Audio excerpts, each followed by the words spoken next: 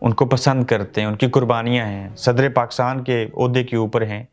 انہوں نے عمران خان کے ہاتھ باندھے اس لیے کہ انہوں نے کہا کہ خان صاحب ہماری میٹھی میٹھی باتیں ہو رہی ہیں, وہ ہماری باتوں کو مان بھی رہے ہیں, سب کچھ ہو رہا ہے, صرف کرنا آپ نے یہ ہے کہ فوج کے خلاف نہیں بولنا. خان نے کہا ٹھیک, اوپر سے آڈیو کا تحفہ دے دیا اور پھر کہا کہ عدلیہ بھی چاہتی ہے, وہ سرکار بھی چاہتی ہے کہ خان صاحب آپ پارلیمنٹ میں واپس آ جائیں. تو خان صاحب نے کہا ہاں آ جائیں گے واپس, اور یہ بھی میں آپ کو بتا رہا ہوں قبل از وقت کہ پاکستان تحریک انصاف کے جو لوگ ہیں وہ پارلیمنٹ میں واپس چلے جائیں گے. اور بھلے اس کو اپوزیشن کہتی رہے تھوک کے چاٹ لیا فلاں چیز کر لیا, اب ریالٹی ہے تو کیا کرنا ہے, ان کو جانا ہی پڑے گا, اس کے علاوہ تو کوئی حل نہیں ہے.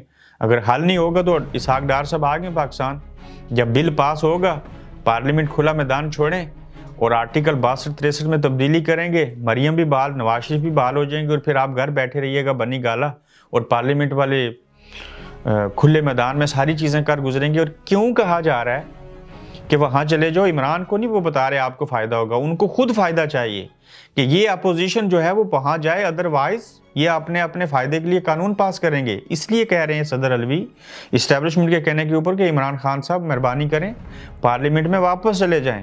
اگر نہ گئے تو پھر وہاں پہ ایسی قانون سازی ہوں گی جس کا آپ کو نقصان اور باقی فائدہ اٹھا لیں گے. اگر ایک بار ان کو فائدہ ہو گیا تو پھر کل کس منہ سے ان کے خلاف پھر کیس بنائیں گے. مجھے نہیں لگ رہا کہ پاکستان کے اندر جس طرح سے سیاستدانوں کو اوپر کیس بنائے, یعنی کہ جیسے ان کی بیماریاں جھوٹی تھی ویسے ان کے کیس جھوٹے نکلے. میں 12 مرتبہ اسحاق ڈار صاحب ہوں, سب کے سامنے بیٹھ کے یہ سوالات کر چکا ہوں کہ جیسے نیب کے جھوٹے کیسز تھے اس سے زیادہ آپ لوگوں کی جھوٹی بیماریاں ہیں. یقیناً کسی نے سنا ہوگا, اگر کسی نے سنا ہے تو کمنٹ میں ضرور بتائیے. تو اگر یہ سب کچھ کرنے کے بعد وہی لوگوں کی سزائیں ختم, کیسز ختم, وہ واپس حکومتوں میں آ جائیں گے, کوئی وزیر خزانہ بنے گا, کوئی کچھ اور کرے گا, تو پھر آپ کے قانون کی, عدالتوں کی, نیب کی, ان چیزوں کی کیا حیثیت رہے گی کہ جب آپ ان کو مجرم بنا رہے ہو, ملزم سے مجرم بنا دیا, سزا سنا دی گئی, پھر بھی وہ مجرم کی جو ڈیفینیشن ہے اس کے اندر نہیں آ رہے, بلکہ الٹا جو عام بندہ کام کرتا ہے آزاد ہوتا ہے اسی طرح سے چیزیں ہو رہی ہیں, تو آپ عوام کو کیسے مطمئن کر پائیں گے مستقبل قریب کے اندر؟ اور ماضی میں بھی ایسے ہوتا آیا, اگر یہ جھوٹے مکار کرپٹ چور تھے تو ان کو تو سزا ہونی چاہیے تھی. اگر سزائیں نہیں ہوئی تو اس مینس کہ آپ نے ان کو کلین چٹ دے دی, اور ایسے ہی ہوتا آیا. اب اگر عمران خان کو آپ نااہل کرنا چاہتے یا توشہ خانہ اور باقی چیزوں کو وجہ بنا کے کریں گے تو اس نااہلیت کی کیا حیثیت ہوگی جہاں پہ ڈار صاحب سمیت باقی لوگ واپس آ گئے, ریفرنسز ختم ہو گئے, 25 ارب اور 13 ارب روپے کی کرپشن والے وزیر اعظم بن گئے. تو کیا جواز ہے؟ میرے خیال سے اس وقت پاکستان کے لوگوں کو یہ سمجھ آ گیا کہ ہمارے ملک کا نظام کیسے چلتا ہے. یہ ہوگی پارلیمنٹ میں واپسی کی بھی بات, اور ہاتھ اس لیے بند ہے کہ فوج کے خلاف نہیں بولنا. خان صاحب آخری بات جس کے اوپر خان صاحب کو بھی پریشانی تھی کہ نیا چیف بنے گا اور میں کہاں کھڑا ہوں گا, مجھ سے نہیں پوچھا جائے گا. ظاہر ہے کیوں پوچھیں گے, آپ کی کوئی قانونی کوئی اس طرح کی حیثیت نہیں ہے. ہاں آپ کے پاس ساتھ پبلک ہے, جب آپ کے ساتھ عوام ہے تو پھر تھوڑا سا ڈر خوف دبدبا تو ہوگا. تو علوی صاحب نے ان کو بتایا کہ جو بھی نیا آرمی چیف لگے گا نو ڈاؤٹ کہ ہم تیسرا چوتھا جمہوری دور مسلسل دیکھ رہے ہیں, لیکن ہمارے ہاں تو ہے ہی ملٹری ڈیموکریسی, اور کنٹرول تو ہمیشہ انہی کا ہوتا ہے. یہ تو خان صاحب بھی سمجھ گئے کہ کب پتہ ہی نہیں چلا کب اسٹیبلشمنٹ سے حالات خراب ہو گئے. میں مانتا ہوں اسٹیبلشمنٹ ایک حقیقت ہے, اگر آپ یہ مان رہے ہیں تو پھر علوی صاحب نے کہا کہ جو موجودہ حکومت ہے اس کا کوئی اختیار یا عمل دخل نہیں ہوگا نیا آرمی چیف لگانے میں, یہ آرمی ہی ڈیسائیڈ کرے گی. وہ جو نام دیتے ہیں یہ ایک خالی جگہ پر کرنے والی بات ہے, ان میں سے وہ ایک کون ہوتا ہے وہ بھی وہی ڈیسائیڈ کر کے بھیجتے ہیں. جیسے آپ کو نام بھیج دیا تھا DGISI اس کو لگانا ہے, آپ اپنی مثال لے لیجئے, جب آپ نے کہا یہ نہیں فلاں ہوگا تو کیا حال ہوا تھا, آج اب بنی گالا آگے پارلیمنٹ کے اندر سے.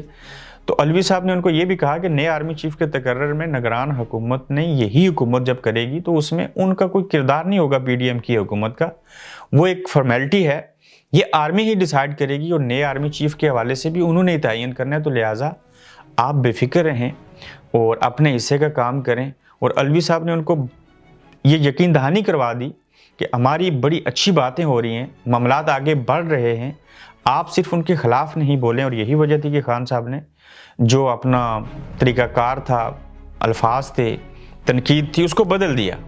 جب بدلا تو سب سے اچھا کام کیا کیا؟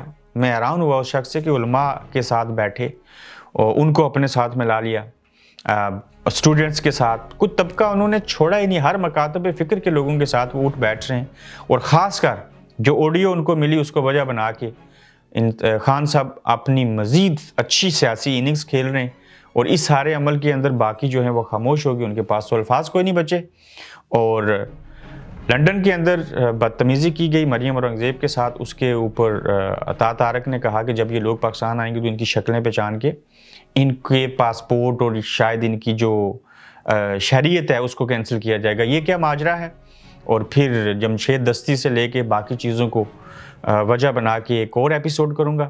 اپنا خیال رکھیں، پیج کو فالو کریں اور اپنا فیڈ بیک ضرور دیجیے گا۔ اللہ حافظ۔ آپ دیکھ رہے ہیں گورکھ دھندا ابرار قریشی کے ساتھ۔